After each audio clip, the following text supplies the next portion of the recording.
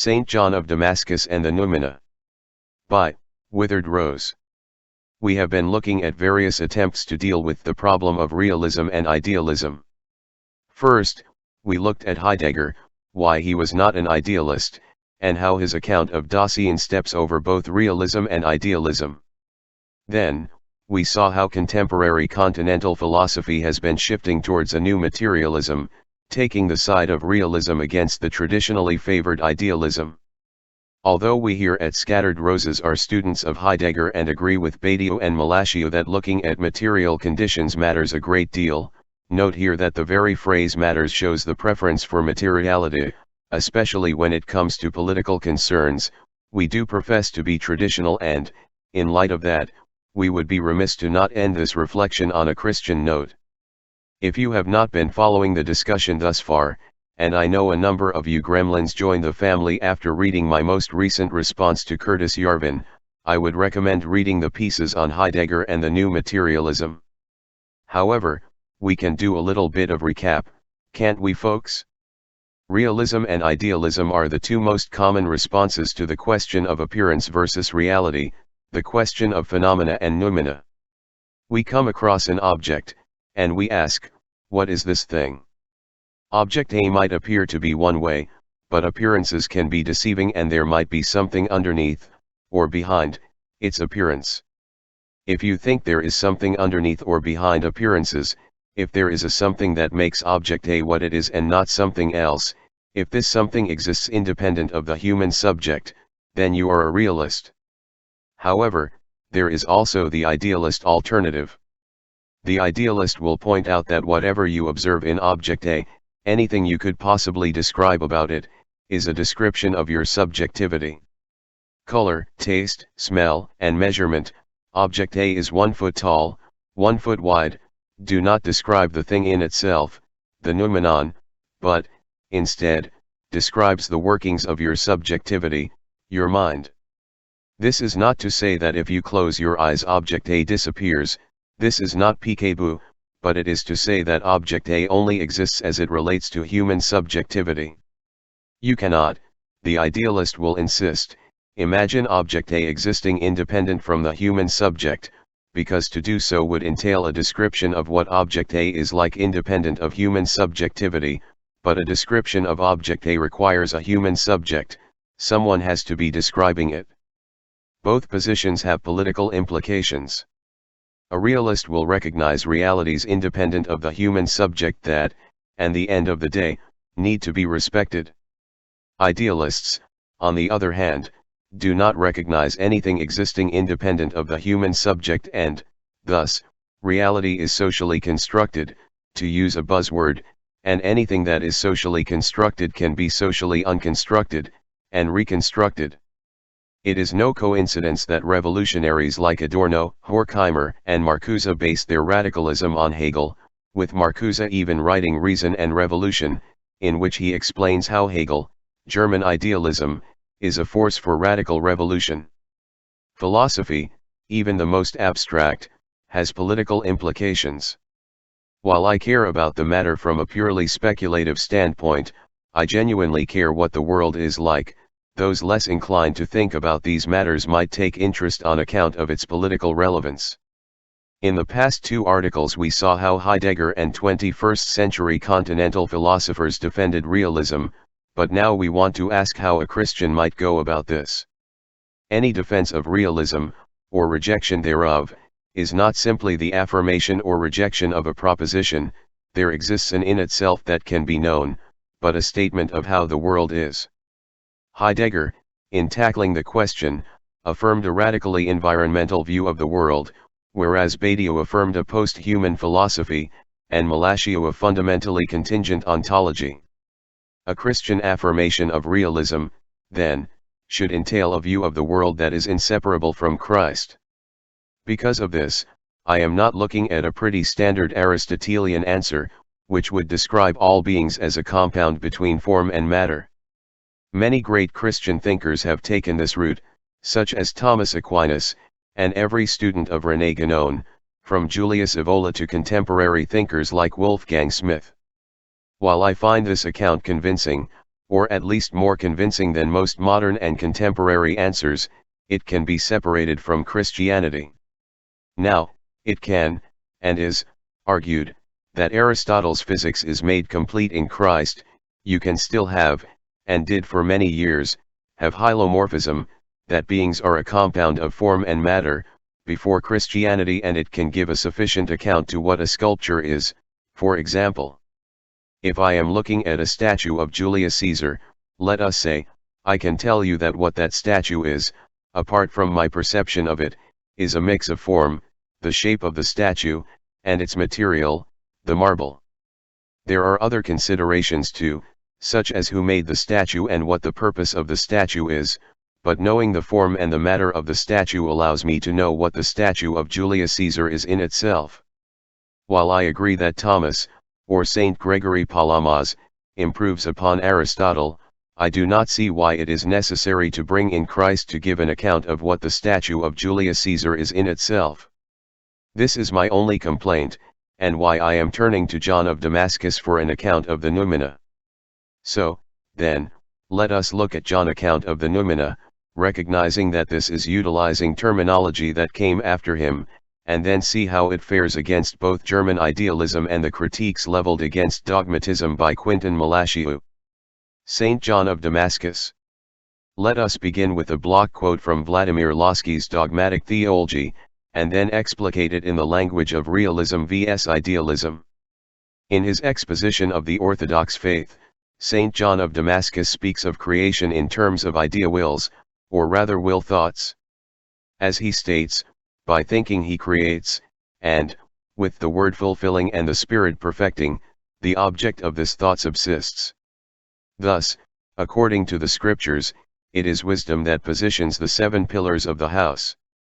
Here, the ideal world of Plato is turned around. It is an instrument of creation, not a world beyond it. To create, God thinks the creation, and this thought gives reality to the beings of things.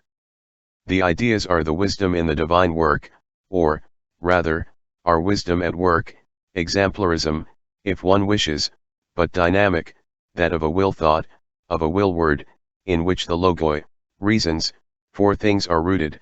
Through the divine word, the world is suspended over its own nothingness. There is a word for everything, a word in everything, a word that represents its norm of existence and its way to transformation. The saint, whose created will cooperates freely with the will idea of God, who at the same time founds and solicits it, perceives the world like a musical arrangement, through a detached contemplation of nature. 1. What the noumenon of an object is, what give reality to the beings of things, what represents its norm of existence, is the logoi. God the Word calls things into being, and what he wills it to be is its norm of existence. What human nature is, in itself and not just as it appears, is what the Word wills it to be. In asking what a thing is in itself, I can, and should, appeal to him who made that thing what it is, as I would ask an artist what her sculpture is. Yet, John uses the phrase norm of existence, which implies that a thing can be what it is not. This is most clear when it comes to humans, as we often find ourselves to be other than what we are, and this is called sin. So, the logoi are not an essence hidden within a thing that never changes, but is the norm of a thing's existence. It is how a thing normally is. Ethics, it can be extrapolated, is to adhere to our logoi, as the logoi in us was given by an all-good God, and if we are what goodness himself wills us to be, then we are in the right. Our logoi are both the logoi of human nature, and also our vocation, what I, Rose, and you, dear reader, are specifically called to be and do with our life. Unlike most realists, John of Damascus cares about a thing's way to transformation. This means, he cares about how a thing will be glorified in the kingdom of heaven. A being's noumena is not only what its norm of existence is, but what a being will be like in the age to come. As an acorn has within it what it will one day be, so within all of us there is a potential that will be actualized one day, God willing, when we are made citizens, once again, of paradise. Already said above, it is only possible to classify the saint as a realist, because it is possible to view a being other than how God wills that being to be. I can view a woman as a mere tool for my enjoyment, but this would be wrong because Christ did not will for man and woman to use each other as objects. That I can see something wrong, that my perception, or even that a thing can appear as it is not, means that the noumena is distinct from the phenomena. The task for the philosopher, in the broad sense of a lover of wisdom, is to learn to see beings how God sees them. How we do that requires a look at Saint Maximus the Confessor. Throughout Maximus' works, the Confessor emphasizes the need for prayer and fasting to accompany contemplation, for without spiritual discipline, Maximus argues, the mind will go astray. An intelligent mind that is not in the habit of prayer, fasting, and reading the scriptures daily, is a great danger to itself, as evidenced by the fact that most of the great heretics throughout history, Arius, Nestorius, Mani, etc., have been incredibly smart men who devised doctrines contrary to the faith. If John of Damascus is right, that to see a being as it is, to see the noumenon of a being, requires us to see that being how God sees it, then Maximus' emphasis on prayer is even more relevant, because we become closer to God in prayer. So, then, let us look at some quotes from the Confessor. So long as the intellect continuously remembers God, it seeks the Lord through contemplation, not superficially but in the fear of the Lord, that is, by practicing the commandments. For he who seeks him through contemplation without practicing the commandments does not find him, he has not sought him in the fear of the Lord, and so the Lord does not guide him to success. The Lord guides to success all who combine the practice of the virtues with spiritual knowledge. He teaches them the qualities of the commandments and reveals to them the true inner essences of created beings. 2. Only a soul which has been delivered from the passions can without error contemplate created beings.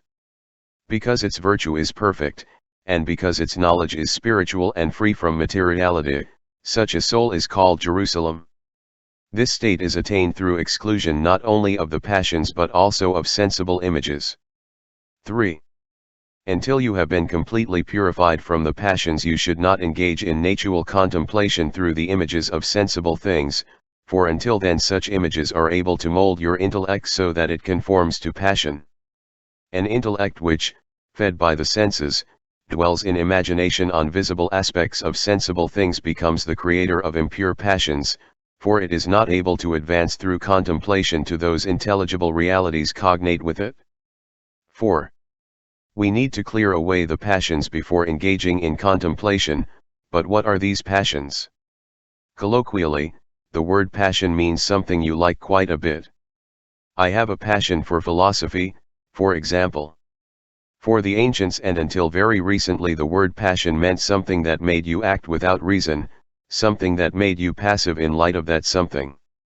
Anger, lust, and pride are all passions in this sense, as all three can grip us, make us passive, and cause us to act without thinking. To be free of passion does not mean to be free of emotion, but for the intellect to rule over all emotions and to act reasonably in response to these. I might still get angry, but, if I am dispassionate, I do not give in to anger, I do not let it cloud my judgment, and I do not act rashly on it. When Maximus tells us that we need to be free of the passions before we can engage in contemplation, he is saying that our intellect needs to be steering the ship. If I am not free of lust, I might see a woman as a tool rather than a person made in the image of God, and if I do, then I am not seeing her as she really is, I am not seeing her noumenon. If I am engulfed in pride, and I am reading a friend's Substack, I might be able to read my friend's article clearly, and I might only see the mistakes he made, which I then use to reassure myself that I am the better writer. John of Damascus and Maximus the Confessor are very different from the realists that precede them, as seeing the noumena is not simply a question of intellect, it is not simply a matter of having the right conceptual framework, but it is also, and most importantly, a question of whether or not we have purged the passions and are engaging in prayer and fasting. The failure to see the nature of a being might very well be my own failure, a failure that is as moral as it is spiritual. Seeing a thing how Christ intended it to be requires us to be close to Christ. Now that we have laid out St. John of Damascus' account of the Logoi, and having turned to St. Maximus the Confessor and what he says about the prerequisites for contemplation, let us now turn to the idealist objection and Malaschio's criticism of dogmatism. German idealism. Very well, the idealist will object, this is a description of what the Fathers thought, but it is no more. What John and Maximus did not realize is that the Logoi, and even the Word, are dependent upon the human subject because they cannot be thought independently of human consciousness. Any attempt to describe either will inevitably be descriptions of human subjectivity, and not a description of either the Logoi or the Word. I am not sure how either of the saints would respond, but I would not be surprised if they called the idealist position prelist, spiritual delusion. You cannot see anything physical without the use of your eyes, one of the saints might say, so, according to your logic, physical reality is dependent upon the human eye. To conceive of the world is to conceive of it spatially, and although the blind are able to navigate the world, for most of us it is impossible to think the world without reference to vision, without reference to our eyes. There is confusion here between the way in which the human subject interacts with the world, John or Maximus would likely argue, and the world itself, and to equate the world with how the human subject interacts with the world is to make man God. Since we are human, we can only see the world as humans do. To describe what a guitar is like, to use an example, I will talk about the sound it makes, how many strings it has, whether it is modern or classical, acoustic or electric, etc. Naturally, since I am human, I will use human categories, and to ask me to talk about the guitar barring human subjectivity, you are asking the impossible. Both of the saints would, I imagine, be comfortable with this, but where they would strongly object is the leap from that statement, humans can only interact with the world in a human manner, to the idealist position that reality as such is dependent upon human subjectivity. There is a gap between those statements, and it can only be closed by assuming that which we cannot describe does not exist. Understanding that neither of these saints encounter German idealism, and that this hypothetical response is just that, hypothetical, I would not suggest it if I thought it teetered on the edge of putting words in their mouths. If I crossed that line, forgive me. That being said, while this hypothetical response is not a refutation of idealism by any means, it does force us to ask, is there anything more to the world than human subjectivity? Maybe there is nothing more, but it is important to realize the implication of that stance, reality is dependent upon man. If there is a God, then we have good reasons for rejecting the idealist position, as God provides an alternate viewpoint to the human. However, you cannot try and prove the existence of God to an idealist, because any attempted proof would, according to the logic of idealism, prove that God exists for us. Quintin Malaschio. 2 posts ago we looked at the New Materialism, which included an overview of Quintin Malaschio's book After Finitude. In his book, Malaschio argues that a revival of dogmatism, which refers to the belief that we can know the noumena, the saints would be dogmatists, cannot be a viable option as it opens the door to ideology. A refusal of dogmatism furnishes the minimal condition for every critique of ideology, insofar as an ideology cannot be identified with just any variety of deceptive representation, but is rather any form of pseudo-rationality whose aim is to establish that what exists as a matter of fact exists necessarily. The critique of ideologies, which ultimately always consists in demonstrating that a social situation which is presented as inevitable is actually contingent, is essentially indissociable from the critique of metaphysics. 5. Since John of Damascus and Maximus the Confessor give us an account of the noumena, they make it reasonable to claim access to the noumena, it becomes reasonable to claim to know how the world really is, and if you know how the world really is then, unlike a pragmatist vision of the world which only seeks to solve discrete problems, you are justified in reforming the world according to how the world really is. A Marxist, a Christian, and a fascist all claim to have access to the noumena, even the noumenon of history, and all three have warred to make the world conform to their metaphysical vision. Having a familiarity with the horrors of the 20th century, the horrors of the Romanian prison experiments, should be enough to make someone queasy about ideology. Yet, the dissolution of metaphysics and ideology gave rise to non-metaphysical forms of religion and an emergence of fundamentalist pietist religion in the late 20th century and early 21st century. Philosophers like Emmanuel Levinas and Jean-Luc Marion effected the religious turn in continental philosophy, and the 2000s saw the rise of an evangelical conservative base that pushed Bush and Trump to victory. All the meanwhile Wahhabism made ground in the Middle East, culminating, most recently, in the Islamic State. Mulashiu is aware of this and tried to combat it by asserting that the one thing necessary is contingency. Whatever we may think of Mulashiu's argument for contingency, story moves people more than argument. Even if Mulashiu is right, there are interesting stories out there that will attract more people than those who will sit down and read, let alone agree, with Mulashiu. Man needs a story, hence the need for religion and, in its absence, ideology. There are better stories than others, such as stories that have the force of reason in addition to the force of the heart, but we are still dealing with stories. A portion of history might always be the war between stories, a war that is sometimes fought with the nous. The Platonic dialogues and the ecumenical councils are two such examples. Other times it is fought with the sword, such as the Crusades or the Spanish Civil War. Mulashiu might be trying to put a genie back in the bottle, which, however praiseworthy, cannot be done. Conclusion. We have been looking at German idealism the past few posts, and how thinkers as different as Heidegger, Badiou, and Mulashiu have moved beyond it. The reason we are looking at idealism, besides it being interesting to me and many of you, is that our ontology, what we believe the world is like, and our epistemology, how we think we know things, affects our ethics and our politics.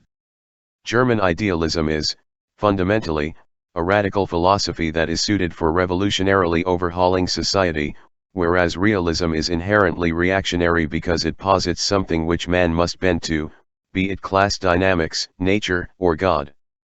The tagline for this blog is "For all things traditional and reactionary," so we were bound to tackle idealism eventually. To conclude, we looked at Saint John of Damascus and his doctrine of the Logoi, which, assuming the truth of Christianity, gives a coherent explanation for what the noumena are and how to access them. Turning to Saint Maximus the Confessor, we saw more detailed praxis for accessing the noumena, which involves becoming free of one's passions. Their account may not be convincing to you, but it is an alternative account to both idealism and the competing realisms that we looked at so far. Although not a proof for its validity, there is a good reason for Christians to accept the Damascene's position, which is that it gives an account of realism that is inseparable from Christ and a relationship with Him.